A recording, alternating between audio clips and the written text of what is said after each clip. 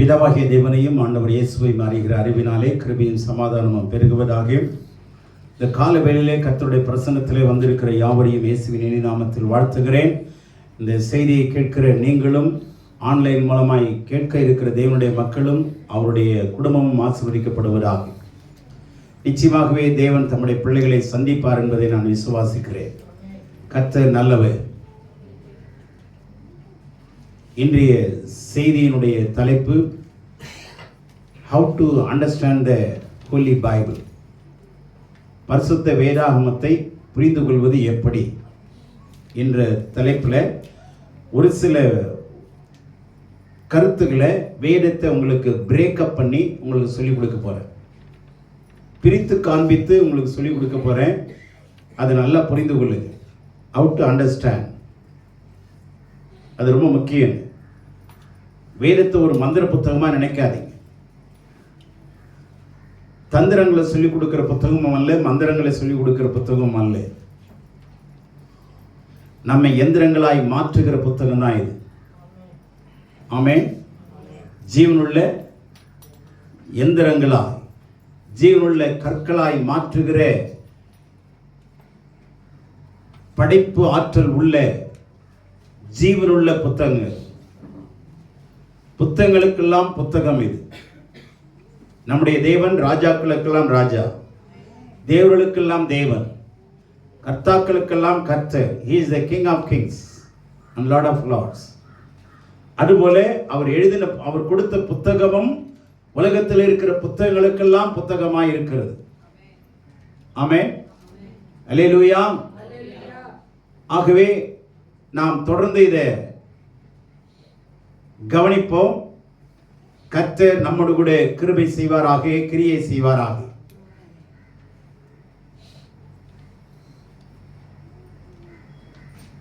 வாசிப்போம். 2 தீமோத்தேயு 2ஆம் அதிகாரம்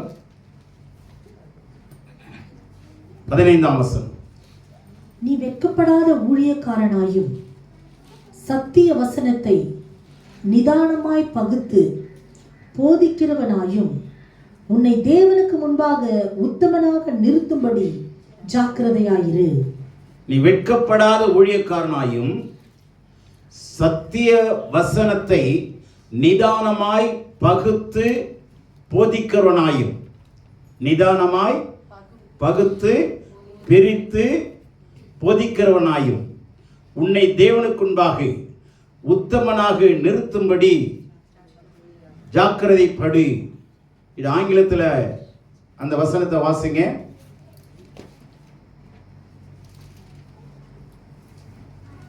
Study to shew thyself. Study to present yourself. Approved unto God. Approved unto God. A workman that needeth not to be ashamed, rightly dividing the word of truth. Rightly dividing the word of truth. Word of truth. Word must be rightly divided. Word must be rightly divided. வேதத்தை சரியாய் பிரித்து பகுத்து போதிக்கப்பட வேண்டும். இதற்காக நீ என்ன பண்ணு? முதல் வார்த்தை என்ன சொல்லுது? ஸ்டடி. அந்த வார்த்தையை கவனிங்க. Study to show yourself. Study to present yourself. அதை கவனிங்க. இங்க ஜாக்கிரதைப்படுன்னு இருக்கு. அங்க ஆங்கிலத்தில் என்ன இருக்கு? கற்றுக்கொள்ளுங்கள். ஸ்டடி பண்ணாதான் வாழ்க்கையில ஸ்டெடியா இருக்க முடியும். ஸ்டெடினஸ் இருக்கும். ஸ்டடி அதாவது கற்று தெரிந்தவங்க பயப்பட மாட்டாங்க. எந்த காரியத்தை குறித்து அவங்களுக்கு பயம் இருக்காது, திகைப்பு இருக்காது, தயக்கம் இருக்காது. ஏன்? அதற்கான அறிவு இருக்கு, அதற்கான புத்தி இருக்கு. நான் படிச்சிருக்கிறேன். உதாரணமா உங்க பிள்ளைங்களை ஒரு மியூசிஷியனா மாத்தணும்னா உடனே என்ன பண்றோம்? மாஸ்டர்ட்ட அனுப்புறோம். 1 வருஷம், 2 வருஷம், 3 வருஷம், 4 வருஷம் ஆனோன்னு கற்று தேர்கிறவர்களாய் மாறுகிறாங்க. பப்ளிக்ல போய் வாசிக்கிறாங்க, கைத்தட்டல் வாங்குறாங்க, சாதனை படைக்கிறாங்க, கோல்டு மெடல் வாங்குறாங்க. இதற்கெல்லாம் காரணம் என்ன? அவங்க அந்த 3-4 வருஷம் படிச்சாங்களே அதனுடைய மேன்மைதான். அப்போ ஒரு மியூசிஷியனா மாறணும் அப்படின்னா படிக்க வைக்கிறோம். அதற்கான மாஸ்டர்கிட்ட கொண்டு போய் காசு கொடுத்து கட்டி கற்றுக்கொள்ளுங்கன்னு அவங்களுக்கு சொல்லி கொடுக்கிறோம். ஒரு பாடகனா மாறணும்னா வோக்கல் கண்டிப்பா குரல் வளம் இருக்கணும். அதுக்காக வோக்கல் ட்ரைனிங் கொடுக்கிறோம். ஊழியம் செய்யணும்னா ட்ரைனிங்கே இல்லாம ஆண்டவருடைய மனவாட்டியை மாறணும்னா எதையும் கத்துக்காம நம்ம பாட்டில் நம்ம வழியில் ஓடிட்டே இருந்தோம்னா எப்படி மனவாட்டியாய் மாற முடியும்? எப்படி தேறினவர்களாய் மாற முடியும்? கொஞ்சம் யோசிச்சு பாருங்க. நீங்க உங்க பிள்ளைங்களை எத்தனை ட்ரைனிங் கொடுக்குறோம்? ஒரு ஷார்டன் படிக்கணும்னா செக்ரட்டரியா மாறணும்னா, எம்டிக்கு செக்ரட்டரியா மாறணும்னா யார் வேணும்? ஷார்டன் படித்தவங்க, டைப்பிஸ்ட், அவங்க டைப்பு தெரியணும். அதுக்காக ட்ரைனிங் கொடுக்குறோம், படிக்க வைக்கிறோம். லோயர் ஹையர் பாஸ் பண்ணுறோம். அதுக்கப்புறம் ஷார்டன் படிக்கிறோம். இதெல்லாம் எதுக்கு? ஒரு நல்ல ஒரு வேலை செய்ய, சரிங்களா? அதில் நம்ம பாண்டித்துவம் அடைகிறோம். ஆனால் ஊழியம் செய்கிறதுக்கு மாத்திரம் அல்லது மனவாட்டியை மாறுறதுக்கு மாத்திரம் எந்த ட்ரைனிங்கும் எடுக்க மாட்டோம், எந்த கற்றுக்கொள்ளுதலும் இல்லை அப்படின்னா நீங்களே யோசிங்க. கற்றுக்காம உலகத்தில் நம்ம மதிக்கப்படவே முடியாது. உலகம் ஏற்றுக்காது, கடவுள் நம்மளை ஏற்றுக்கொள்ளவே மாட்டார். Study to show yourself. படிக்கிறவங்களை ஜனம் மதிக்கும். நீ படிச்சிருக்கிறீங்கள அப்படின்னு கேட்பாங்க. சமுதாயம் மதிக்கும், சமுதாயம் உங்களை உயர்த்தும். ஆனா கடவுளுடைய வார்த்தையை கத்துக்காம கடவுளுக்கு பிரியமா நம்ம என்னைக்குமே வாழ முடியாதுங்க. நல்லா கவனிச்சுங்க. நமக்கு படிப்பு அவ்வளவு முக்கியம். இப்படி உலக படிப்பு நம்முடைய கண்ணை திறக்குது. உலக படிப்பு நம்முடைய கண்களை திறக்குது. ஆனா தெய்வத்தை படிக்கிற படிப்பு நம்முடைய உள்ள கண்களை திறக்குது, மனக்கண்களை திறக்குதுங்க. உலக படிப்பு நமக்கு உலகத்தை பார்க்கறதுக்கு, உலகத்துல வேலை செய்யறதுக்கு, உலகத்தை கனமா அதாவது ரசிக்கிறதுக்கு மாம்ச கண்கள் இருக்கு. ஆனா கடவுளுடைய மகிமையை ரசிக்கணும்னா, கடவுளுடைய வல்லமையை நீங்க ரசிக்கணும்னா, அதை உங்க வாழ்க்கையில அபியாசப்படுத்தணும்னா உங்களுடைய மனக்கண்கள் திறக்கப்படணும். மனக்கண்கள் திறக்கப்பட்டாதான் ஆண்டவரை மகிமையுடையவராய் பார்க்க முடியும். நீங்க வேதத்துல கடவுளை மகிமையுள்ளவர்களா தரிசிச்சவங்க எல்லாம் யாருன்னா அவருடைய மனக்கண்கள் திறக்கப்பட்டவர்கள். ஆமென். மனக்கண்கள் திறக்கப்படணும். அதுக்கு பிரயாசப்படுங்க. அதுக்கு ஒழுங்கா வேதத்தை பகுத்து போதிக்கிறவர்களாய் நாம் மாறணும். பகுத்து போதிக்கிறவரிடத்துல உட்கார்ந்து கற்றுக்கொள்ளணும். பவுல் சொல்லுகிறார், ரொம்ப அருமையா சொல்றாரு, நான் பேச்சிலே கல்லாதவனாய் இருந்தாலும் அறிவில் கல்லாதவன் அல்ல. பேச்சிலே கல்லாதவனாய் இருந்தாலும் அறிவில் கல்லாதவன் அல்ல. இது எல்லாமே படிக்கிறேங்க. ஆனா நம்ம படிக்கிறதுக்கு மாத்திரம் நேரம் கொடுக்க மாட்டேன்றோம், வர மாட்டேன்றோம், ஒத்துக்க மாட்டேன்றோம். எனக்கு வேலை இருக்கு, நேரம் இல்லை. மோசே கூட சொன்னாரு, ஆண்டவர் அழைச்சப்போ என்னால பேச முடியாது, திக்கு நாவு, மந்த புத்தி, வரமாட்ட ஆண்டவரே. இல்ல இல்ல நான் பாத்துக்கிறவா. கர்த்தரை நம்பி வாங்க, மற்றதெல்லாம் அவர் பார்த்துக்குவார். நீங்க கடவுள்கிட்ட நிபந்தனை கொடுக்காதீங்க. கடவுள்கிட்ட நீங்களே நானும் நிபந்தனை கொடுக்க கூடாது. இதை செஞ்சா நான் வரேன், ஆண்டவரே எல்லாத்தையும் உங்ககிட்ட கொடுத்துட்டு நீங்க பாத்துங்கன்னு சொல்லிட்டு வாங்களேன். ஒரு உங்களை நம்புறவங்கள அல்லது உங்க அதிகாரியை நீங்க நம்புறதை விட உங்க கடவுளை நம்பலாம்ல. அதிகாரியை கைவிட்டுருவாங்க, ஆனா கடவுள் ஒரு நாள் கைவிட மாட்டார். கருவில் தெரிந்து கொண்டவர் தெருவில் விட மாட்டார்.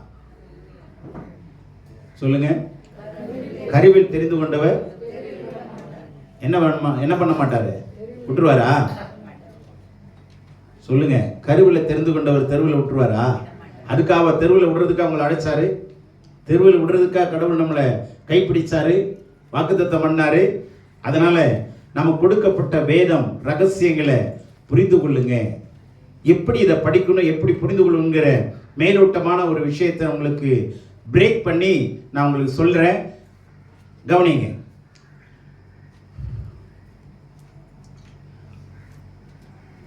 அதாவது எபிரேய மொழிபெயர்ப்பின்படி எழுதப்பட்டிருக்கிற ஒரிஜினல் வேதாகமம் 3 வகையாக பிரிக்கப்பட்டிருக்கிறது. எபிரேய வேதாகமம், அந்த வேதாகமம் நான் வச்சிருக்கிறேன். எபிரேய வேதாகமத்தை 3 வகையாக பிரிச்சிருக்கிறாங்க. ஒன்று தோரா, 2வது நபியீம், 3வது கெட்டுபீம் அப்படின்னு 3ஆ பிரிச்சிருக்கிறாங்க. தோரான்னா பஞ்சாகமம், நபியீம்னா தீர்க்கதரிசன புத்தகங்கள், சரிங்களா? கெட்டுபீம்னா சரித்திர புத்தகங்கள், பாட புத்தகம், பாடல், இதெல்லாம் சேர்ந்து கெட்டுபீம்னு அவங்க வச்சிருக்கிறாங்க. இது நம்ம எபிரேயம் தெரியாதனால விட்டுருங்க. ஆனால் உங்களுக்கு பொதுவாக தெரிஞ்சுக்கணும்னு சொல்கிறேன். அந்த 3 பிரிவாக வச்சிருக்கிறாங்க. அதாவது TNK, இதுக்கு நடுவில் ஏ சேர்ப்பாங்க. TAN கேபிட்டல், 3 கேபிட்டல் போடுங்க, நடுவில் கேப் போடுங்க. TNK, நடுவில் 2 கேப் இருக்கா, அந்த 2 கேப்லையும் ஸ்மால் ஏ போடுங்க. Capital T, capital N, capital K, நடுவில் 2 ஸ்மால் ஏ போட்டால் என்னென்ன இருக்கும்? டனாக் அப்படிங்கிறது தான் எபிரேய பைபிள். டனாக், அதை சேர்த்து படிக்கிறதுக்காக ஏ சேர்த்துருக்குறாங்க. அப்போ T ஃபார் T எதை சொல்லுது? தோரா. தோரான்னா 5 ஆகமம். எது?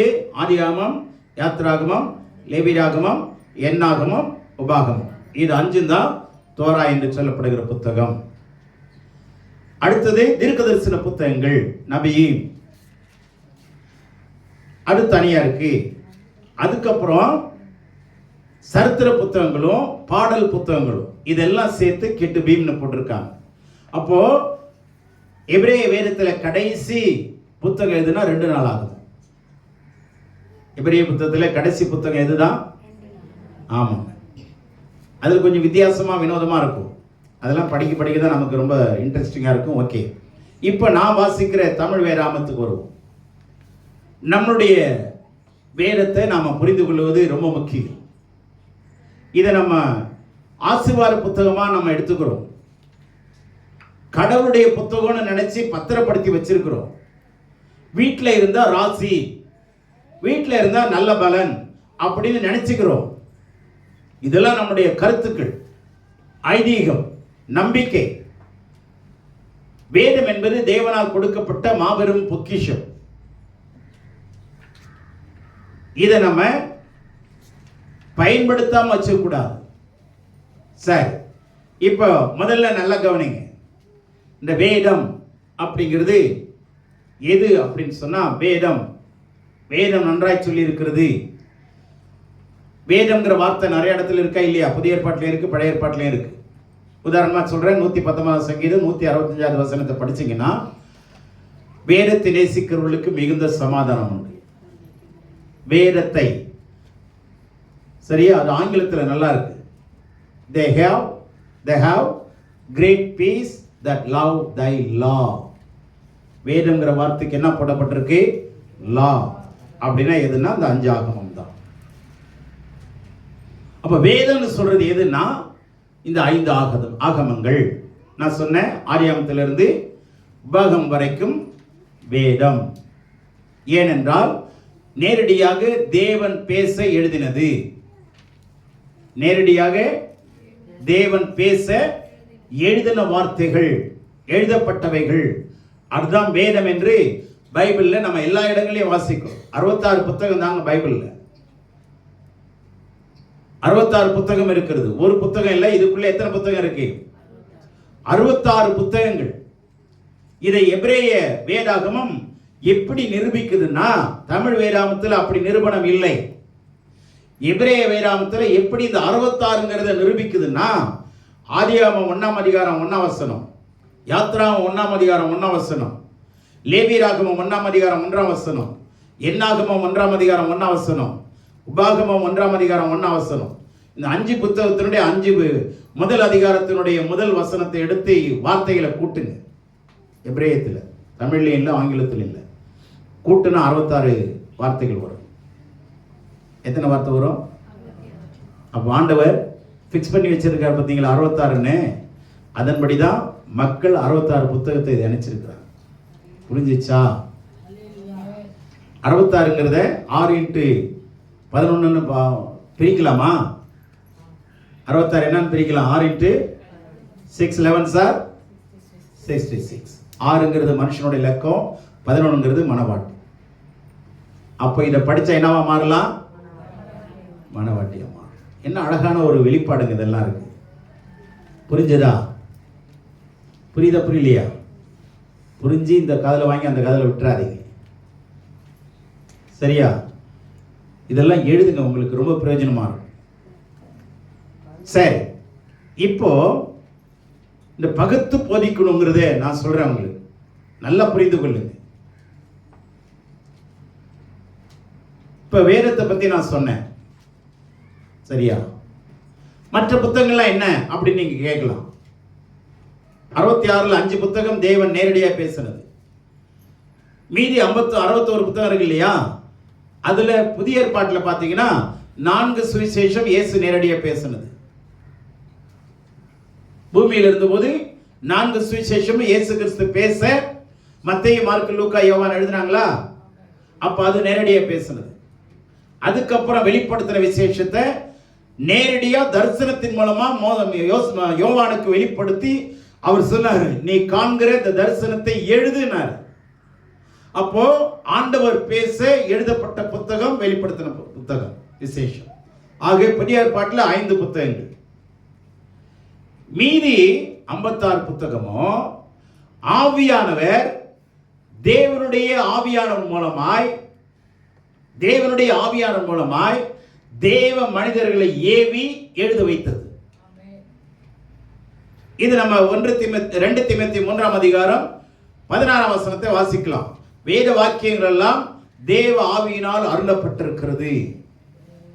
இந்த 56 புத்தகமும் இந்த முதலாவது நல்ல கவனிங்க, இந்த 5 புத்தகத்தை பேஸ் பண்ணி தான் எல்லாமே. இயேசு பேசுனதும் அப்படிதான். ஆண்டவர் இயேசு இந்த உலகத்தில் வந்து பேசினார் இல்லையா? அந்த ஸ்டேட்மெண்ட் எதுவா இருந்தாலும் இந்த பழைய ஏற்பாட்டில் இருக்கிற 5 ஆகமத்தை அடிப்படையா வச்சுதான் மீதி எல்லா புத்தகங்களும் எழுதப்பட்டிருக்கிறது. இடையில பேசப்பட்ட எழுதப்பட்ட அத்தனை புத்தகங்களும் ஆவியானவர் இந்த 5 ஆகமங்களின் அடிப்படையை வச்சுதான், அந்த பிரின்சிபலை வச்சுதான் கட்டடம் எழுப்பப்பட்டிருக்கிறது. புரிஞ்சுச்சா? இப்போ எதை பேஸ் பண்ணிதான், எதை ஆதாரமா வச்சுதான்? 5 ஆகமங்களை வச்சுதான், அதை பில்லரா வச்சுதான் மேலே கட்டடமா 56 புத்தகங்களும் எழுதியிருக்கிறாங்க. 56 புத்தகம் அல்லது 61 புத்தகம் எழுதியிருக்கிறாங்க. புரிஞ்சதா? அங்க எதை நம்ம ரொம்ப அதிகமா படிக்கணும்? பேஸ்மெண்ட் ரொம்ப முக்கியம் இல்லையா? பேஸ்மெண்ட் முக்கியமா இல்லையா? இல்லைன்னா என்ன ஆயிடும்? பில்டிங் என்ன ஆயிடும்? வீக் ஆகும். நாளுக்கு நாள் என்ன ஆயிடும்? வீரல் விட்டுரும். அதுக்கப்புறம் சீக்கிரம் இடிக்க வேண்டிய சூழ்நிலை வரும். ஸ்ட்ராங்கா இருக்காது. ஃபவுண்டேஷன் உங்களுக்கு சரியா இருக்கணும்னா 5 ஆகமத்தினுடைய சாரை எடுத்துருங்க. சாரை எடுத்து உள்ள கொண்டு வாங்க. பழத்தை புழிஞ்சி பழம் சாப்பிட முடியாதவங்களுக்கு என்ன செஞ்சிடறோம்? ஜூஸா கொடுக்கிறோம். எளிமையான முறையில சரிச்சிருது. அது மாதிரி இதை நீங்க 5 ஆகமத்தையும் படிச்சு என்ன கொண்டு வரணும்? எங்க கொண்டு வரணும்? ஆவிக்கு கொண்டு வரணும். இதுதான் யோசுவாவுக்கு ஆண்டவர் கட்டளையா கொடுக்கிறாரு. இந்த நியாயப்பிரமாண புஸ்தகம் உன் வாயை விட்டு பிரியக்கூடாது. நியாயப்பிரமாண புஸ்தகம் கம்ப்ளீட்டா உங்களுக்குள்ள வந்துடணும். இதை யூதர்கள் இன்றைக்கும் தன்னுடைய பிள்ளைகள் 13 வயசுக்குள்ள இந்த 5 ஆகமத்தையும் மனப்பாடமா படிக்க வச்சிருவாங்க. நம்ம என்ன பண்றோம்? ஸ்கூல் புத்தகங்களை, காலேஜ் புத்தகங்களை மனப்பாடமா படுறான்னு படிக்க வச்சு பைபிளை பத்தியே கவலைப்படாம அதற்கு பற்றின ஒரு அறிவை நமக்கு கொடுக்கறதுக்கு தயக்கப்பட்டு அந்த அறிவை அடையாம உலக அறிவுக்குள்ள பிள்ளைங்களை நம்ம என்ன பண்றோம்? திணிக்கிறோம். ஸ்டேட் ஃபர்ஸ்ட் வா, ஸ்கூல் ஃபர்ஸ்ட் வா, டிஸ்டிங்ஷன்ல வா, ஓகே நல்லதுதான், நான் வேணான்னு சொல்லு. ஆனா எதை முக்கியப்படுத்துறாங்க யூதர்கள் தங்களுடைய பிள்ளைகளுக்கு? ஆண்டவருடைய வார்த்தையை முக்கியப்படுத்துறாங்க. அதனாலதான் உலகத்துல நம்பர் 1 இன்றைக்கும் அந்த ஜனங்கள் அவங்கள பார்த்தா உலகம் பயப்படுது, வியக்குது. தயவுசெய்து நல்லா புரிஞ்சுங்க, பிள்ளைங்களுக்கு வேத அறிவை ஊற்றுறதுக்கு பெற்றோர்கள் முதலாவது நீங்க அறிவடையணும். உலக அறிவு அழிந்து போகிற ஒன்று, ஆனா தேவ அறிவு நித்தியமானது, யாராலையும் அழிக்க முடியாத வல்லமையுடையது. அது மாத்திரம் இல்ல, இந்த ஜீவனுக்கும் வரப்போகிற ஜீவனுக்கும் அது பிரயோஜனம் உள்ளதாகையால். வரப்போற ஜீவன் என்ன? மரணத்துக்கு அப்புறமும் ஒரு வாழ்க்கை இருக்குங்கிறத வேதம் தெளிவுபடுத்துகிறது, மறந்துடாதீங்க. உலகத்துல வாழ்ந்து மரிக்கிறது, மனுஷனும் மரிக்கிறா, மிருகங்களும் மரிக்கிறது. அவைகளை போல நம்முடைய மரணம் அல்ல. நம்முடைய மரணத்துக்கு அப்புறம் 2 இடம் இருக்கு, ஒன்று நித்திய நரகம், இன்னொன்று நித்திய மோட்சம். இங்க கடவுளோடு நடக்க பழகிறவர்கள் அங்கேயும் கடவுளோடு நடக்க பழகுவார்கள். சோம்பேறிக்கு கண்டிப்பா கடவுள் உதவி செய்ய மாட்டார், பிரயாசப்படணும். லேபரே ரொம்ப முக்கியம், பிரயாசப்படணுங்க. அந்த ஸ்டடிங்கிற வார்த்தை இருக்கு பார்த்தீங்களா, அதுக்கு பிரயாசங்கிறது அர்த்தம் இருக்கு. பிரயாசப்பட்டு படிக்கணுங்க, சும்மா இல்லை. படிக்கிறது பிரயாசப்பட்டு படிக்கணும். ஒரு எக்ஸாம்னா 10 மணி நேரம் உட்காந்து படிக்குதுங்க. +2 பிள்ளைங்கெல்லாம் கவனிங்க, தூங்காம 2 மணி நேரம் தூங்க, மீதியெல்லாம் எடுத்துக்கும். அவ்வளவு பிரயாசப்படுறோம், சரிதான். ஆனா கடவுளோடு வாழுகிறதுக்கு எவ்வளவு நேரம் பிரயாசம் எடுக்கிறோம்? 5 மணி நேரம் உட்கார்ந்து நான் படிச்சிட்டு இருந்தேன், கற்றுக்கொண்டிருந்தேன். டைம் எடுங்க, கடவுளோடு நடக்க பழகுங்க. ஏனோக்கு என்னுடைய வருஷங்கள், ஆயுசு வருஷம் 365, 365 வருஷம் வாழ்ந்தாங்க ஏனோக்கு. 7வது தலைமுறை. கர்த்தரோடு நடந்தது எத்தனை வருஷம்? 300 வருஷம் கடவுளோடு நடந்து மரணத்தை காணாதபடி ஆவியில் எடுத்துக்கொள்ளப்பட்ட மாபெரும் மனிதன், முதல் மனிதன். ஆமென். கடவுளோடு நடக்கணும், கடவுளோடு நடக்க. அதுக்கு வேத அறிவை நான் கொஞ்சம் பிரித்து காட்டுறேன், நல்லா கவனிச்சுங்க. இப்போ இந்த வேதத்துல வசனங்கள், லட்சக்கணக்கான வசனங்கள் இருக்கு, சரியா? இந்த வசனங்கள்லாம் எதுக்கு அப்படின்னா, உலகத்துல விதவிதமான ஆகாரங்கள் இருக்கு. ஆகாரங்கள் இருக்கா இல்லையா? வித்தியாசமான ஃபுட் எல்லாம் இருக்கு, வித்தியாசமான பானங்கள் இருக்கு. இது எல்லாமே எதுக்குதான்?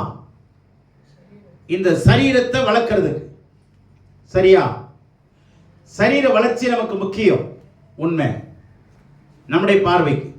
இப்போ வயசு ஆக ஆக பிள்ளைங்களுக்கு கவலையை கொடுக்கும், சரிங்களா? அப்பாவுக்கு வயசாயிடுச்சு, அம்மாவுக்கு வயசாயிடுச்சு அப்படிங்கிற கவலை வருமா வராதா? ஆனா கடவுளுக்கு சந்தோஷமா இருக்கும்.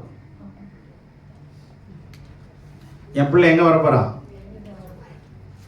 ஆனா இதுதான் நமக்கு துக்கமா இருக்கும், சரியா? நல்லா கவனிங்க.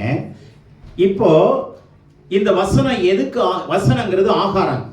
வசனங்கிறது என்னது? ஜீவ அப்பம். யோவான்ல சொல்றார் இல்லையா, நானே உங்களுக்கு ஜீவ அப்பம். அப்போ எதுக்கு இந்த ஜீவ அப்பம் அப்படின்னா, நம்ம ஆத்மாவுக்கு. ஏன்னா மனிதன் முப்பரிமாணம் உள்ளவர். ஒன்று அவனுக்கு சரீரம் இருக்கு, இன்னொன்னு அவனுக்கு ஆன்மா இருக்கு, இன்னொன்னு ஆவி இருக்கு, ஜீவன். இந்த 3 இணைஞ்சதுதான் மனிதன். Man is a 3-dimensional being சொல்லுவாங்க. அப்போ நமக்கு சரீரம் இருக்கு, ஆத்மா இருக்கு, ஆவி இருக்கு. இப்ப இந்த 3ஐயும் பகுத்து புரிஞ்சுங்க. சரீரத்துக்கு எப்படி ஆகாரம் முக்கியமோ அப்படியே வசனங்கள் முக்கியம். சின்ன பிள்ளைங்களா இருந்தாலும் பெரியவங்களா இருந்தாலும் நல்லா கவனிச்சுங்க. எல்லாருக்குள்ளும் ஆத்மா ஒரே. இப்ப ஆண்கள் பெண்கள்ங்கிற வித்தியாசம் இருக்கு, ஆனா ஆன்மாவில் வித்தியாசம் இல்லை. ஆண்களுடைய ஆத்மா பெண்களுடைய ஆத்மான்னு வித்தியாசம் கிடையாது, நல்லா புரிஞ்சுங்க. ஆத்மாவுக்கு ஜீவன் இருக்கு, ஜீவன் ஆத்மாவும் எப்பொழுதுமே இணைஞ்சிருக்கும். சரீரம் பிரிஞ்சுதான் நான் மரிச்சிடுறோம். சரீரம் இந்த ஆத்மாவும் ஆவியும் விட்டு பிரியும் போது சரீரம் இறந்து போகுது, சரீரம் அடக்கம் பண்ணிடுறோம். ஆனா இது ரெண்டுமே என்னைக்குமே சாகாத ஒன்று, அழியாத ஒன்று, அழிக்கப்படாத ஒன்று. இது நல்லா புரிஞ்சு கொள்ளுங்க. அப்போ இந்த சாவாமை ஆத்மாவுக்கும் ஆவிக்கும் இருக்குதுன்னா அதுக்கு பலன் ஊட்டணும்னா அதுக்கு ஆகாரம் எதுதான்? வேத வசனங்கள். இப்ப எந்த அளவுக்கு இந்த வேத வசனங்களை எடுக்கிறோமோ அந்த அளவுக்கு ஆத்மா என்ன ஆகும்? அறிவடையும். ஆத்மா என்ன ஆகும்? அறிவடையும். அதனாலதான் நீதிமொழி 19:2 சொல்லுது, சாலமோன் உலகத்திலே மிகப்பெரிய ஞானிங்க, ஞானிகளுக்காக ஞானியாகும். ஆத்துமா அறிவில்லாமல் இருப்பது நல்லதல்ல. ஆத்துமா அறிவில்லாமல் இருப்பது நல்லதல்ல. எந்த அறிவு? உலக பிரகாரம் அறிவில்லை, வேற அறிவும் தேவ அறிவும். கடவுளை குறித்த அறிவு இருக்கணும், வேதத்தை குறித்த அறிவு இருக்கணும். இன்னைக்கு எத்தனை சமயத்தார், எத்தனை மதத்தாருக்கு வேதங்கள் குறித்த அறிவு இருக்குங்க? இஸ்லாமியரை ஒரு வகையில பாராட்டுங்க, தெரியுதோ தெரியலையோ அவங்களுக்கு புரியாது. ஆனா அதை அவங்க வேதத்தை கடவுளுக்கு இணையா வச்சுக்கிறாங்க. அந்த 13 வயசுக்குள்ள அந்த பிள்ளைகளை எங்க அனுப்பி கற்றுக்கொள்ள வைக்கிறாங்க?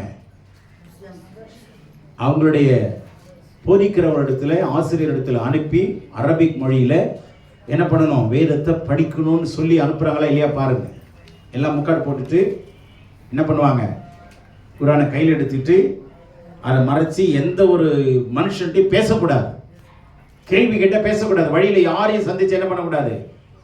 பேசக்கூடாது. தெரியுமா உங்களுக்கு? கேட்டு பாருங்க, பேசி பாருங்களேன், பேச மாட்டாங்க. கட்டுப்பாடு, ஒழுங்கு. அரபிக் படிச்சு ஆகணும். படிக்கிறாங்க. நம்மளை படிக்க வைக்கிறோமா? நம்ம 5ஆம் கிளாஸ்லேருந்து 3ஆம் கிளாஸ்லேருந்து டியூஷனுக்கு அனுப்பிடுறோம். எதை நம்ம கனப்படுத்துறது இல்லை? வேதத்தை கனப்படுத்துறது இல்லை. ஆண்டவர் சொல்றாரு, என்னுடைய மகத்துவங்களை நான் உங்களுக்கு எழுதி கொடுத்திருக்கிறேன், அதை அந்நிய காரியமாக எழுதி. கடவுள் நமக்கு மகத்துவங்களை எழுதி கொடுத்திருக்கிறார். இந்த உலகத்துக்குள்ள போய் பாருங்களேன், நீங்க வேறு மனுஷனா மாறிடுவீங்க. மனுஷனை மாத்துகிற ஒரே புத்தகம் பரிசுத்த வேதாகம் தாங்க. வேற எந்த புத்தகம் மாற்ற முடியாதுங்க, ஏமாத்துங்க. ஆகவே வேதம் என்பது பஞ்சாகமம், வசனங்கள் என்பது நம்முடைய ஆத்மாவுக்கு ஆகாரம். அடுத்ததாக வாக்குத்தத்தங்கள். ஆண்டவர் அநேகருக்கு வாக்குத்தத்தம் கொடுக்கிறார். ஆபிரகாமுக்கு கொடுத்தார், நோவாவுக்கு கொடுத்தார், எல்லாருக்கும் கொடுத்தார். இந்த வாக்குத்தத்தங்கள் தயவு செய்து நல்லா புரிஞ்சுங்க. எதுக்கு இதில் எழுதப்பட்டிருக்குதுன்னா நமக்கு ஒரு நம்பிக்கையும் பலனையும் கொடுக்கிறது. நான் நோடு கூட இருக்கிறேன், உன் சந்ததி நான் கைவிட மாட்டேன் சொல்றாரா இல்லையா? நீ ஆசீர்வதிக்கப்பட்டவர், உன் பெயரை நான் பெருமைப்படுத்துவேன், உன்னோடு கூட இருப்பேன், உனக்கு விரோதமா ஒன்றும் வாய்க்காமல் போகும், உருவாக்கப்பட எந்த ஆயுதமும் வாய்க்காமல் போகும், உன்னுடைய ஆயுசு நல்ல ஒருவனை உனக்கு முன்பாக ஏத்து நிற்க முடியாது. எத்தனையோ வாக்குத்தத்தங்கள், 3000க்கு அதிகமான வாக்குத்தத்தங்கள் இருக்கு. நம்ம ஜனங்களுக்கு எது முக்கியம்னா வசனத்தோட வாக்குத்தத்தம் முக்கியம். தயவுசெய்து எல்லாவற்றுக்கும் சரி அந்தஸ்து கொடுங்க. வசனங்களை சரியா கவனிச்சு படிச்சு புரிந்து கொள்ளுங்க, கற்றுக்கொள்ளுங்க. கற்றுக்கொண்டு வாக்குத்தத்தத்தை பெற்றுக்கொள்ளுங்க, தப்பு இல்லை. ஆனா அந்த வாக்குத்தத்தத்தை கொடுத்தவர் கடவுள், அந்த வாக்குத்தத்தத்தை நிறைவேற்றுவர் அவர்தான். ஆனா கொடுக்கப்படுகிற அத்தனை வாக்குத்தத்தங்களும் வாக்குகளும் நிபந்தனைக்குட்பட்டது என்பதை மறந்துடாதீங்க. ஆபிரகாம் ஒருத்தருக்கு தான் நிபந்தனையற்ற வாக்குத்தத்தம் கொடுத்தார், அன்கண்டிஷனல் பிராமிஸ். மீதி எல்லாமே நமக்கு கொடுக்கப்பட்ட அத்தனை வாக்குத்தத்தங்களும் கண்டிஷனல் பிராமிஸ். இதை செஞ்சா நிறைவேற்றுவார். நம்ம என்ன பண்றோம்? எதையுமே செய்யறதில்லை, ஆனா வாக்குத்தத்தம் நிறைவேறணும் ஜெபம் பண்ணிட்டு இருக்கிறோம். ஆண்டவரே எனக்கு பேசுனீங்களே, அந்த வாக்குத்தத்தை கொடுத்துருங்க, அந்த வாக்குத்தத்தை கொடுத்துருங்க. அவர் சொல்லுவாரு, நான் சொன்னதை செய், நான் சொன்னதை செய், நான் சொன்னதை செய். இல்லை ஆண்டவரே எனக்கு வாக்குத்தத்தை வேணும். இப்போ என்ன எங்க கான்ட்ராடிக்ஷன் இருக்கு பார்த்தீங்களா? ஆண்டவர்கிட்டே நம்ம கிட்டையா? முரண்பாடு யார்கிட்ட இருக்கு? அவர் கொடுத்தவர் நிறைவேற்றுவார். சொன்னதை, வாயால் சொன்னதை கையால் நிறைவேற்றுகிறவர். அல்லேலூயா. அவர் சொல்லியும் செய்யாதிருப்பாரோ, வசனித்தும் நிறைவேற்றாமல் இருப்பாரோ? அவர் பொய் சொல்லுவர் மனிதன் அல்ல, மனமாற மனுபுத்திரனும் அல்லங்க. அவர் சொல்லி சொன்னார்னா கண்டிப்பா செய்வார். தேவனின் சகலத்தை செய்ய வல்லவர்.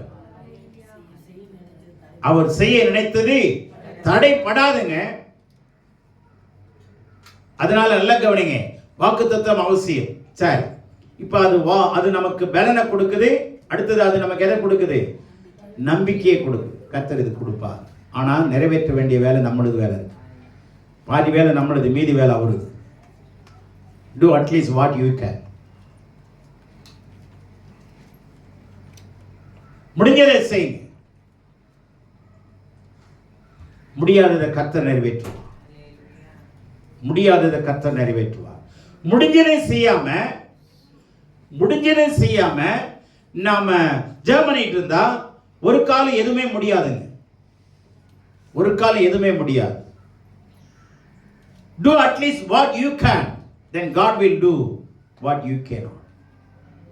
உன்னால முடியாததை கடவுள் செய்வார். எப்போ? முடிஞ்சதை செய். அப்ப முடிஞ்சதை செய்யலன்னா அவனுக்கு பேர் என்ன? முடிஞ்சதை செய்யலன்னா அவனுக்கு பேர் என்ன? சோம்பேறி. சோம்பேறிங்க. கதவு எதுலங்க ஆடிட்டு இருக்குது? கீழே ஆடிட்டு இருக்கா? முன்னாடி போகுது, பின்னாடி வருதா? இதே தான் நம்ம வேலை. சர்ச்சுக்கு போவோம், வீட்டுக்கு வந்து மூடிக்குவோம். சர்ச்சுக்கு போகும்போது திறந்துக்குவோம், சர்ச்சுக்குள்ளே வந்தோடனே மூடிக்குவோம். இது 2 வேலை. வெளியே போகவே போகாது. போவோம் வரும், போவோம் வரும், முடிஞ்சு போச்சு வாழ்க்கை. சோம்பேறிக்கு சோறு கிடைக்காது. சோம்பேறி கந்தையை அணிவிப்பான். வேதம் நிறைய சொல்லுது. சோம்பேறிக்கு என்ன கிடைக்காது? வெளிப்பாடு கிடைக்காது. சோம்பேறிக்கு என்ன கிடைக்காது? வெளிப்பாடு கிடைக்காது. சோம்பேறிக்கு சோறு கூட கிடைக்காது. சோம்பேறிக்கு என்ன கிடைக்காது? ஆமா, சோறு கிடைக்காது. அதனால நல்லா புரிஞ்சுங்க. அடுத்தது தீர்க்க தரிசனம். வேதத்தில் நிறைய தீர்க்கதரிசனம் இருக்கு. தீர்க்கதரிசன புத்தகங்களே இருக்கு. பெரிய தீர்க்கதரிசன புத்தகம் இருக்கு, சிறிய தீர்க்கதரிசன புத்தகம் இருக்கு. பெரிய தீர்க்கதரிசன புத்தகம் எது? ஏசாயா, எரேமியா, அடுத்தது எசேக்கியேல், தானியேல். இதெல்லாம் பெரிய தீர்க்கதரிசிகள் எழுதின புத்தகம். மீதி ஓசியாவிலிருந்து மல்கியா வரைக்கும் சிறிய தீர்க்கதரிசன மைனர் ப்ராஃபட்ஸ் சொல்லுவாங்க. These are all major prophets. இவங்கெல்லாம் மைனர் ப்ராஃபட்ஸ், சின்ன தீர்க்கதரிசி. இத்தனை புத்தகங்கள் இருக்கு. அது மூலமா தீர்க்க தரிசனங்களை கடவுள் நமக்கு கொடுக்கிறார், தேசங்களுக்கு கொடுக்கிறார், சபைக்கு கொடுக்கிறார், சமுதாயத்துக்கு கொடுக்கிறார், தனிப்பட்ட மனுஷனுக்கு கொடுக்கிறார். தீர்க்க தரிசனங்கள் எதுக்குங்க? தீர்க்க தரிசனங்கள் எதுக்குன்னா எச்சரிப்புக்கு. நீங்க மீகா 3:8 படிங்க. தீர்க்க தரிசனம் எதுக்கு? எச்சரிப்புக்கு. அடுத்தது நியாயத்தீர்ப்பு. அதுக்குதான் தீர்க்க தரிசனங்கள் கொடுக்கப்படுகிறது. நாத்தான் போய் தாவீதுக்கு என்ன சொன்னான்? எச்சரிச்சானா? இது மாதிரி பல இடங்கள்ல எச்சரிப்புக்கு அந்த வசனம் நமக்கு, அந்த தீர்க்க தரிசன வார்த்தைகள் நமக்கு வான் பண்ணது. சொல்லுங்க. நானும் யாக்கோபுக்கு அவன் மீறுதலையும், யாக்கோபுக்கு அவனுடைய மீறுதலையும், இஸ்ரவேலுக்கு அவன் பாவத்தையும் அறிவிக்கும்படி, இஸ்ரவேலுக்கு அவன் பாவத்தையும் அறிவிக்கும்படி கர்த்தருடைய ஆவி அருளிய பலத்தினாலும், கர்த்தருடைய ஆவியானவர் அருளிய பலத்தினாலும், நியாயத்தினாலும், நியாயத்தினாலும், பராக்கிரமத்தினாலும், பராக்கிரமத்தினாலும் நிரப்பப்பட்டிருக்கிறேன். அவர் சொல்றாரு, மீகா சொல்றாரு, கர்த்தருடைய ஆவியானவர் அருளுகிற பலத்தினாலும், நியாயத்தினாலும், பராக்கிரமத்தினாலும் நிரப்பப்பட்டிருக்கிறேன். நம்ம என்ன செய்யறோம்? பிரச்சனையினாலும், கவலையினாலும், மனபாரங்களினாலும் நெருக்கப்பட்டு கொண்டிருக்கிறேன். அவன் நிரப்பப்பட்டு கொண்டிருக்கிறான், நான் நெருக்கப்பட்டு கொண்டிருக்கிறேன். கடைசியில் சேர்த்து நம்மளை நரிக்கிறார். நெருக்கப்பட்டு கொண்டிருக்கிறேன். நல்ல கவனி. நம்ம அவர் என்ன சொல்றாரு? நிரப்பப்பட்டு கொண்டிருக்கிறேன், நிரப்பப்பட்டு கொண்டிருக்கிறேன். தேவனுடைய பிள்ளைகளே, எந்த விஷயத்தினால் நீங்க நிரப்பப்படுறீங்க அல்லது நெருக்கப்படுறீங்களா? பிரச்சனைகள் இருக்கா? போராட்டம் இருக்கு, எல்லாத்துக்கும் இருக்குங்க. மிருகங்களுக்கு கூட பிரச்சனை இருக்குங்க. பிரச்சனை இல்லாத மிருகம் இருக்கா? நீங்க கவனிங்களேன். இந்த மான்கள் வந்து வனாந்தரத்துல தண்ணி எங்கன்னு தேடி போகும், அல்லது தண்ணி இருக்கிற இடத்துல நீங்க போச்சீங்கன்னா அது தண்ணி குடிக்கும் போது நீங்க கவனிச்சு பாருங்களேன், என்ன பண்ணுன்னு தெரியுங்களா? தண்ணிக்கு முன்னாடியே கவனிச்சுக்கிட்டே குடிக்குங்க. பயந்துகிட்டு குடிக்கிறத நீங்க பார்க்கலாம். ஏன்னா ஃபிராக்ஷன் ஆஃப் செகண்ட்ல முதலைகள் வந்து என்ன பண்ணுது, அப்படியே கவிடுதுங்க. புரியுதா? முதலைகளை போய் புலி கவுது. இப்படி ஒண்ணுக்கு ஒண்ணு எதிரடையான விஷயங்கள் தான் இருக்கு. மிருகங்களுக்கு பிரச்சனை இருக்கு. நம்ம தெருவில் இருக்கிற நாயை கல்லால் அடிச்சா அடுத்த தெருவுக்கு ஓடுதா இல்லையா? அது போய் எங்கேயாவது தற்கொலை பண்ணிக்குதா? எந்த நாயாவது தற்கொலை பண்ணி பார்த்துருக்கிறீங்களா? இனிமேல் நான் வாழ விரும்பவில்லை, எங்க போனாலும் என்னை கல்லால் அடிக்கிறார்கள், செருப்பால் அடிக்கிறார்கள், ஆகவே நான் வாழ விரும்பவில்லை, நான் தற்கொலை பண்ணிக் கொள்கிறேன்னு ஏரியில போய் கூட்டம் கூட்டமா விழுகுதா? அதை வளர்க்கிறவனும் பார்க்கிறவனும் போய் விழுவுறானே தவிர நாய் நரியெல்லாம் அது பாட்டுல வேலை, அது பிரச்சனையை சமாளிச்சு போகுதுங்க. சமாளிச்சு வாடுதா இல்லையா? ஆனா நம்மளுக்கு தான் என்ன பண்ண தெரியல, சமாளிக்கவே தெரியல, சரண்டு விட்டுக்கிட்டே இருக்கிறோம். இதுதான் பிரச்சனை. சமாளிக்க தெரியல, சவால் விட தெரியல. தேவனுடைய பிள்ளைகளே நல்லா கவனிங்க. தீர்க்கதரிசனம் எதுக்குன்னா எச்சரிக்கிறது, வான் பண்றதுக்கு. இப்படி பண்ணினா உனக்கு ஆசீர்வாதம் இருக்குதுன்னு சொல்ற ஆலோசனை கொடுக்கிறதுக்கு. அதுக்குதான் தீர்க்கதரிசனம். இன்னைக்கு தீர்க்கதரிசனம் அப்படி இல்லை. காசு கொடுத்தா நிறைய தீர்க்கதரிசனம் சொல்லுவாங்க, காசு கொடுக்கலன்னா கம்மி தீர்க்கதரிசனம். லோ மணி லோ மாஸ், ஹை மணி ஹை மாஸ். நிறைய ஜெபம். நீங்க கொடுக்கும் போதே கவர் டைட்டா இருக்குதா பெருசா இருக்குதான்னு கையிலே தெரிஞ்சிடும். அதை பார்த்த உடனே ஹை மாஸ் பண்ணுவாங்க, அதிகமான ஜெபம், உருவி ஜெபம் பண்ணுவாங்க. ஜெபம் உருகும். எதுக்கு? நல்லா கவனிச்சுங்க. தீர்க்கதரிசனம் எதுக்குன்னா நமக்கு எச்சரிப்பு கொடுக்கணும். சரிங்களா? சரி, அடுத்ததாக கட்டளைகள் பிரமாணங்கள். கட்டளைகள் பிரமாணங்கள் எதுக்கு? இப்ப நல்லா கவனிங்க. கட்டளைகளும் பிரமாணங்களும். வசனங்கள் ஆகாரம். ஒரு மனிதனுக்கு, உள்ளான மனுஷனுக்கு என்ன வேணும்? வசனங்கள் ஆகாரம். சரியா? அதுக்கப்புறம் அவன் வளர்ச்சி அடைகிறதுக்கு என்ன தேவைமா? அந்த வசனத்திலிருந்து ரெண்டு விஷயத்தை எடுக்கலாம். வசன ஆகாரம் எதுக்கு சொல்லுங்க? ஆத்மாவுக்கு. அப்போ இது வளர்ச்சி அடைகிறதுக்கு என்ன வேணும்னா, வளர்ச்சி அடையணும், முதிர்ச்சி அடையணும், தேர்ச்சி அடையணும். வளர்ச்சி, முதிர்ச்சி, தேர்ச்சி. இதுக்கு வேண்டியது பயிற்சி. சொல்லுங்க நல்லா. வளர்ச்சி, முதிர்ச்சி, தேர்ச்சி. இதுக்கு வேண்டியது பயிற்சி. இதெல்லாம் இருந்ததுன்னா கடவுள் சமூகத்தில் மகிழ்ச்சி. ஆமென். அல்லேலூயா. சொல்லுங்க பின்னாடி ஐயா எல்லாம் சொல்லுங்க, கலைக்குமார் ஐயா எல்லாம் சொல்லுங்க. ஆத்மா வளர்ச்சி. ஆத்மாவுக்கு என்ன வேணும்? வளர்ச்சி வேணும். வளர்ச்சி, முதிர்ச்சி, தேர்ச்சி.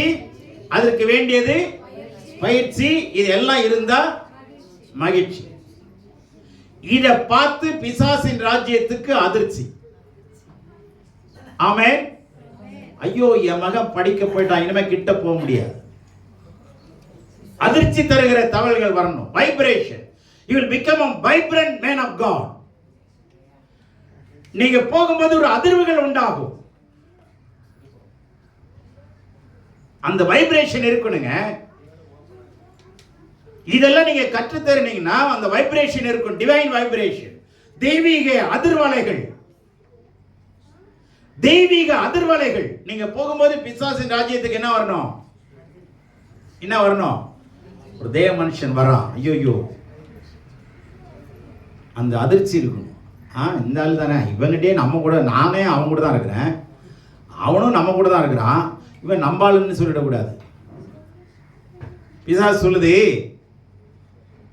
பிசாசு வரட்டுறவனை பார்த்து, அவனும் கடவுளுடைய பிள்ளைங்க தான், அவனை பார்த்து சொல்லுது, ஹலோ, நீ சொல்றிய இயேசுநாதரே, அவர் யாருன்னு எனக்கு தெரியும்.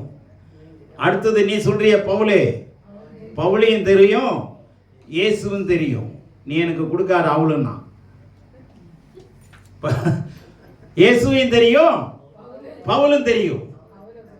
ஆமா, தேவனுடைய பிள்ளைகளை நல்லா கவனிங்க. வெறும் வாய்க்கு அவள் கொடுத்துக்கிட்டே இருக்கிறது தான் சில பேருக்கு வேலை.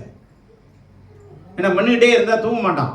இந்த டிரைவர்ஸ் எல்லாம் பாருங்களேன், எதுக்கு இந்த பாக்கு போட்டு பழக்கம்னா தூங்காமல் இருக்கிறதுக்கு பாக்கு போடுறது. அதுக்கப்புறம் அது பழக்கமாயிடும். பார்க்க விட முடியாது, பார்க்க இவனை பிடிச்சிக்கும். இப்படிதான் ஒன்று பிடிச்சிக்குது. இதனாலதான் வேதனை போடுறோம். தேவனுடைய பிள்ளைகளே, தீர்க்க தரிசனங்களை கவனிங்க. அடுத்தது கட்டளையின் பிரமாணங்கள். இது எதுக்குன்னா இதுதான் உயிர். கட்டளையின் பிரமாணம் தான் என்னது? உயிர். கட்டளையின் பிரமாணமும் உயிர். இந்த வளர்ச்சிக்கு நான் பின்னாடி ஒரு விஷயம் சொல்றேன், எனக்கு ஞாபகப்படுத்துங்க. வளர்ச்சியை பத்தி 2 கருத்து சொல்றேன், மறந்துடாத. சரி, கட்டளை பிரமாணம் இது எதுக்கு? 1 யோவான் 2ஆம் அதிகாரத்தில் சொன்ன இல்லையா, படிங்க. 1 யோவான் 2ஆம் அதிகாரம் 3ஆம் வசனம் 4ஆம் வசனம். அவருடைய கற்பனைகளை நாம் கைக்கொள்கிறவர்களானால் அவரை அறிந்திருக்கிறோம் என்பதை அதனால் அறிவோம். அவரை அறிந்திருக்கிறேன் என்று சொல்லியும் அவருடைய கற்பனைகளை கைக்கொள்ளாதவன் பொய்யனாய் இருக்கிறான், அவனுக்குள் சத்தியமில்லை. இப்ப கவனிங்க, இப்ப எதை கை கொள்ளணும்? கட்டளைகளையும் பிரமாணங்களையும் கை கொள்ளணும். கடவுள் கொடுக்கிற கட்டளை தாங்க உயிர். வேதமே வெளிச்சம், கட்டளையே விளக்கு. இந்த விளக்கு வெளிச்சமே இருக்குன்னா வாழ்றதுக்கு ஆதாரங்க. வெளிச்சம் இல்லைன்னா வாழ முடியாது. அப்ப உயிரே எதுதான்? கட்டளையும் பிரமாணமும் தான். கட்டளைங்கிறது கடவுள் கொடுத்த கற்பனை. அதிலிருந்து நமக்கு அந்தந்த காரியத்தில் தேவையான லாவை எடுத்து கொடுக்கிறது தான் பிரமாணம். டாக்டருங்களுக்கு 1000 மருந்து தெரியும், ஆனா உங்களுக்கு என்ன தேவைங்கிறத எடுத்து கொடுக்கிறது தான் பிரிஸ்கிரிப்ஷன். அதுதாங்க பிரமாணம். அந்த கட்டளையிலிருந்து உங்களுக்கு என்ன தேவை, இப்ப எந்த தேவைக்காக வந்திருக்கிறீங்க, அப்ப அதுல இருந்து எடுத்து கொடுக்கிற ஒரு முறைக்கு பேர் தான் என்னது? பிரமாணம். அப்ப எதுக்கு எது உயிரா இருக்கு? வசன ஆகாரமா இருக்கு, சரியா? வாக்கு தத்துவம் பலனா இருக்கு, நம்பிக்கை ஊட்டுது. தீர்க்க தரிசனம் எச்சரிப்பை கொடுக்குது, அல்லது நியாய தீர்ப்பு கொடுக்குது, அல்லது ஆலோசனை கொடுக்குது. அடுத்ததாக கட்டளையின் பிரமாணம் என்ன கொடுக்குது? ஆத்மாவுக்கு உயிரை கொடுக்குது.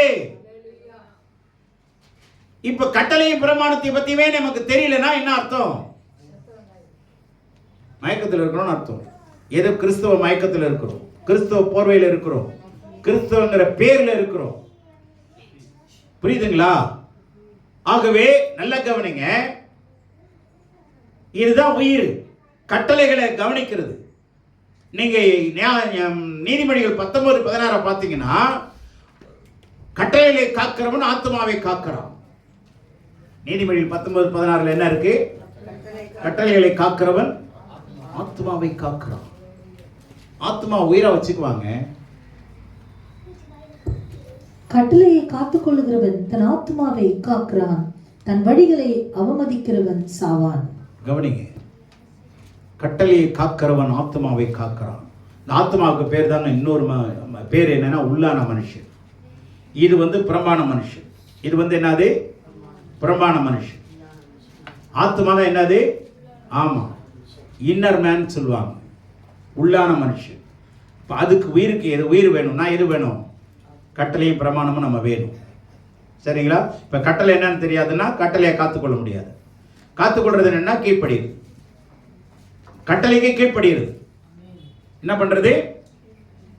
கட்டளைக்கு கீழ்ப்படியுது. அப்ப கீழ்ப்படிஞ்சாதான் நமக்கு ஆசீர்வாதம். நீங்க எல்லாம் செஞ்சு கீழ்ப்படியலன்னா நீங்க என்னதான் உண்மையா இருந்தாலும் அதுக்கு என்ன இல்லை, பிரயோஜனம் இல்லை. உங்களை கிட்ட சேர்க்க மாட்டான். எந்த அதிகாரியும் உங்கள்கிட்ட கிட்ட வரமாட்டான். கீழ்ப்படியாதவன், வேலை செய்யாதவன். என்னுடைய நண்பர் சரியா வேலை செய்ய மாட்டார். அவர்கிட்ட எந்த ஒரு மேனேஜரும் வந்து வேலையை கொடுக்க மாட்டாங்க. ஏன்னா அவர் பாதி வேலையை செய்வார், பாதி வேலையை செய்ய மாட்டார். அதனால நல்லா கவனிங்க, உண்மையுள்ளவன் பரிபூர்ண ஆசீர்வாதங்களை பெறுவான். ஆகவே இந்த கட்டளையும் பிரமாணத்தையும் நம்ம அவசியமா அறியணும். இப்போ ரோடு டிராஃபிக் ரூல்ஸ் தெரியாம வண்டி ஓட்டினா என்ன பண்ணிடுறாங்க? பிடிச்சிடுறாங்களா? பெனால்ட்டி பண்றாங்களா? அப்ப ஏன் சட்டங்களை நீ மீறுற? அது மாதிரி கர்த்தர் சட்டபூர்வமானவருங்க. கடவுள் சட்டம் இல்லாதவர் இல்லை, சட்டத்தை கொடுத்தவர் அவர் தான். ஆனா இன்னொரு பெரிய விஷயம் என்ன தெரியுமா? சட்டம் தெரியாது நமக்கு, ஆனா சட்டம் பேசுவோம். இதாங்க பெரிய ஆச்சரியம். சட்டமே தெரியாது, ஆனா என்ன பேசுவோம்? சட்டம் பேசுவோம். இப்ப சட்டமே தெரியாம சட்டம் பேசுற ஆளெல்லாம் நம்ம என்ன என்ன என்ன ஆகும் கவனிங்க. ஆகவே அடுத்தது உடன்படிக்கை. மிக முக்கியமான வார்த்தை.